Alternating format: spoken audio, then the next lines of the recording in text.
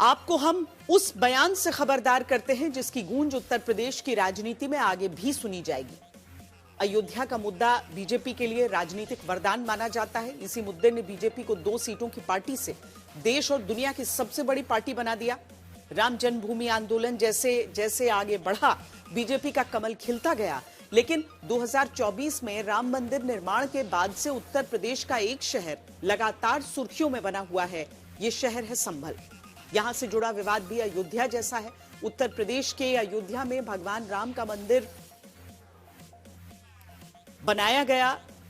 मुगल शासक बाबर ने जब विध्वंस वहां पर किया था, उसके बाद से लंबी लड़ाई चली, कानूनी लड़ाई भी बहुत लंबी चली। आखिरकार राम मंदिर बनने का रास्ता न्यायिक तौर पर 2019 में साफ हुआ। राम मंदिर आंदोलन ने बीजेपी की किस्मत बदल दी। विपक्ष का कहना है कि बीजेपी यूपी में संभल के रूप में नई अयोध्या तैयार कर रही है, जहां दावा है मंदिर तोड़कर शाही मस्जिद बनाई गई। हिंदू मंदिर तोड़े जाने के पीछे बाबर का हाथ बताया जाता है। यह मामला भी कोर्ट में चल रहा है। लगातार संभल में योगी सरकार कार्रवाई कर रही है। बीजेपी की संभल में दिलचस्पी को देखते हुए सबसे बड़ा सवाल है कि क्या 2027 के चुनाव में बीजेपी को इससे फायदा होगा? क्या 2027 में संभल चुनावी अयोध्या होगी?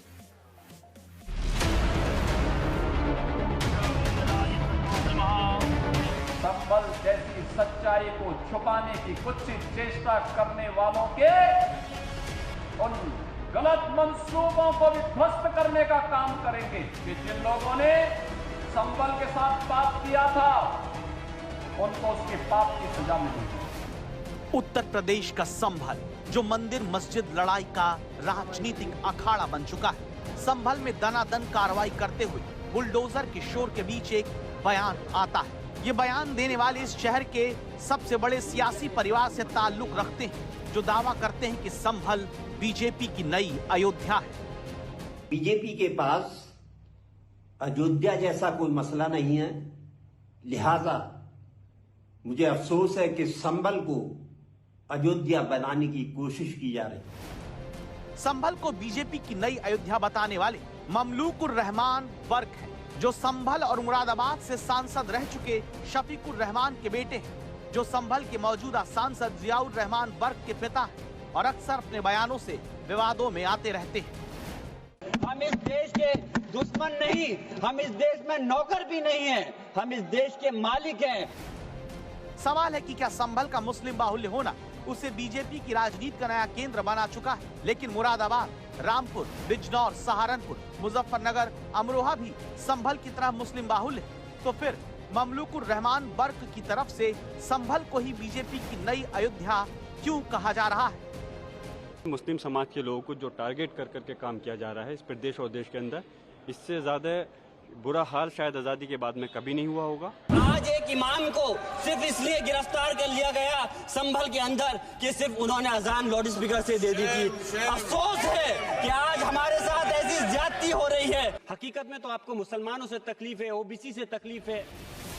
22 जनवरी 2024 को अयोध्या में राम मंदिर की प्राण प्रतिष्ठा के बाद राजनीतिक पंडितों के मन में एक सवाल आया कि जो राम मंदिर बीजेपी के लिए सियासी सीट वोट के लिए वरदान साबित हुआ, उसके बन जाने के बाद बीजेपी की नई सियासी दिशा क्या होगी?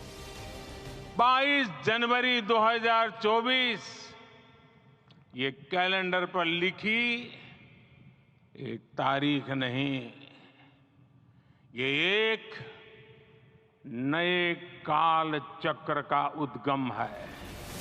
अयोध्या में जो इशारा प्रधानमंत्री नरेंद्र मोदी ने किया, उसे अगले ही महीने संभल में आकर और साफ कर दिया। साफ साफ संकेत दे दिए थे कि यूपी में बीजेपी संभल के इर्द गिर्द राजनीति करेगी। कि कल की पुराण में लिखा है, संभले वस तस्तस्य सहस्त्र परिवत्सरा, यानी भगवान राम की तरह ही कल्कि का अवतार भी हजारों वर्षों की रूपरेखा तय करेगा।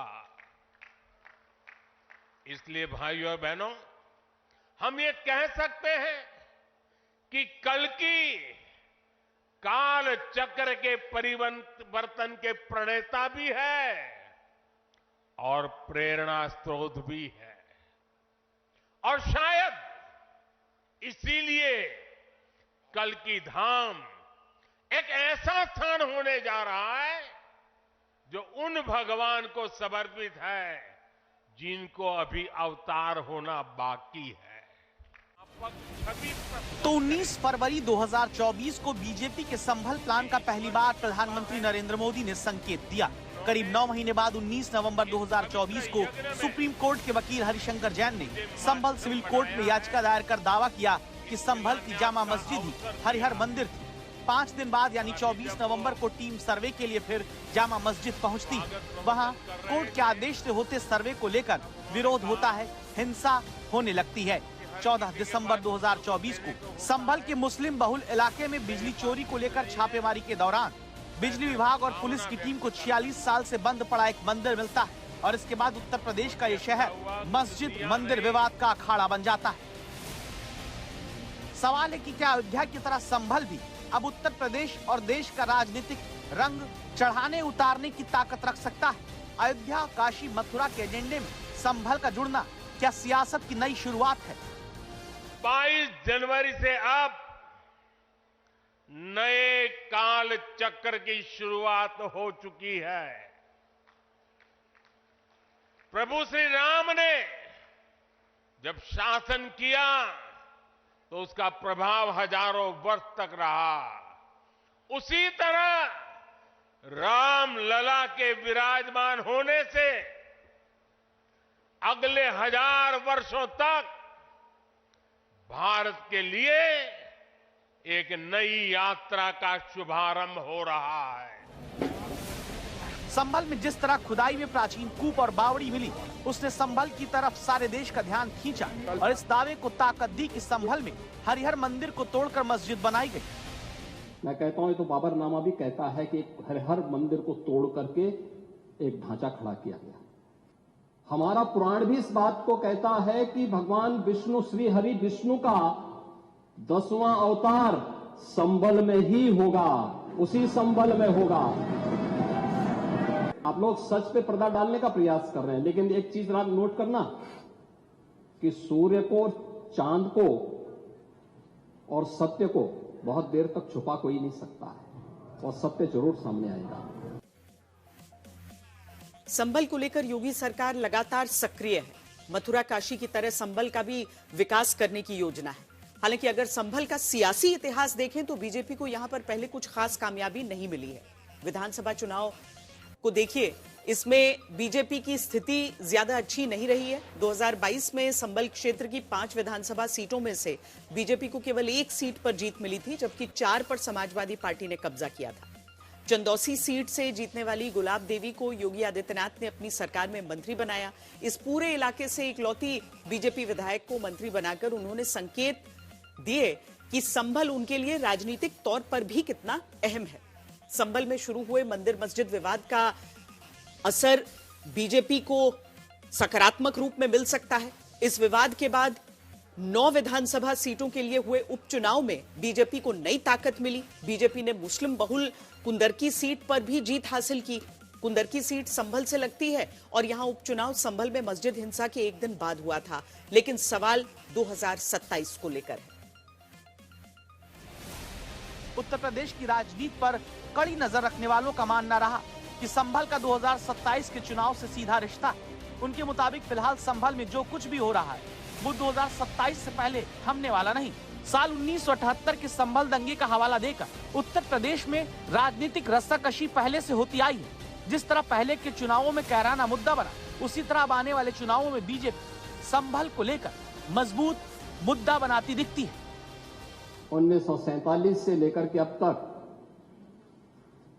209 हिंदुओं की निर्मम हत्या वहां हुई है संभल के अंदर, 209 हिंदुओं की। और एक भी बार किसी ने उन निर्दोष हिंदुओं के लिए कभी 2 शब्द नहीं कहे, उनके प्रति, उन परिवारों के प्रति संवेदना के शब्द नहीं कहे।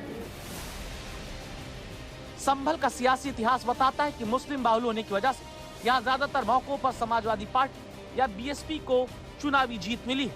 समाजवादी पार्टी से मुलायम सिंह यादव, राम गोपाल यादव लंबे समय से संभल से ही चुनाव जीतते रहे। बीजेपी ने सिर्फ एक बार साल 2014 में लोकसभा की सीट जीती, लेकिन अगले चुनाव में समाजवादी पार्टी के शफीकुर रहमान बर्क ने चुनाव जीता।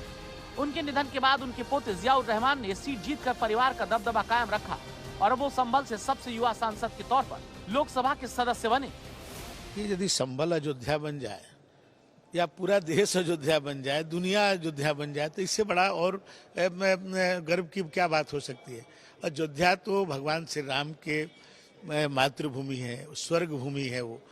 और वो समाजवादी पार्टी के नेता वो भूल जाते हैं कि संभल में जो कुछ भी हो रहा है वो न्यायालय के निर्देश पे हो रहा है, न्यायालय की देखरेख में हो रहा है। तो समाजवादी पार्टी के लोग संभल में तरह तरह के आरोप लगा के कहीं न कहीं तुष्टीकरण की नीति को बढ़ावा दे रहे हैं।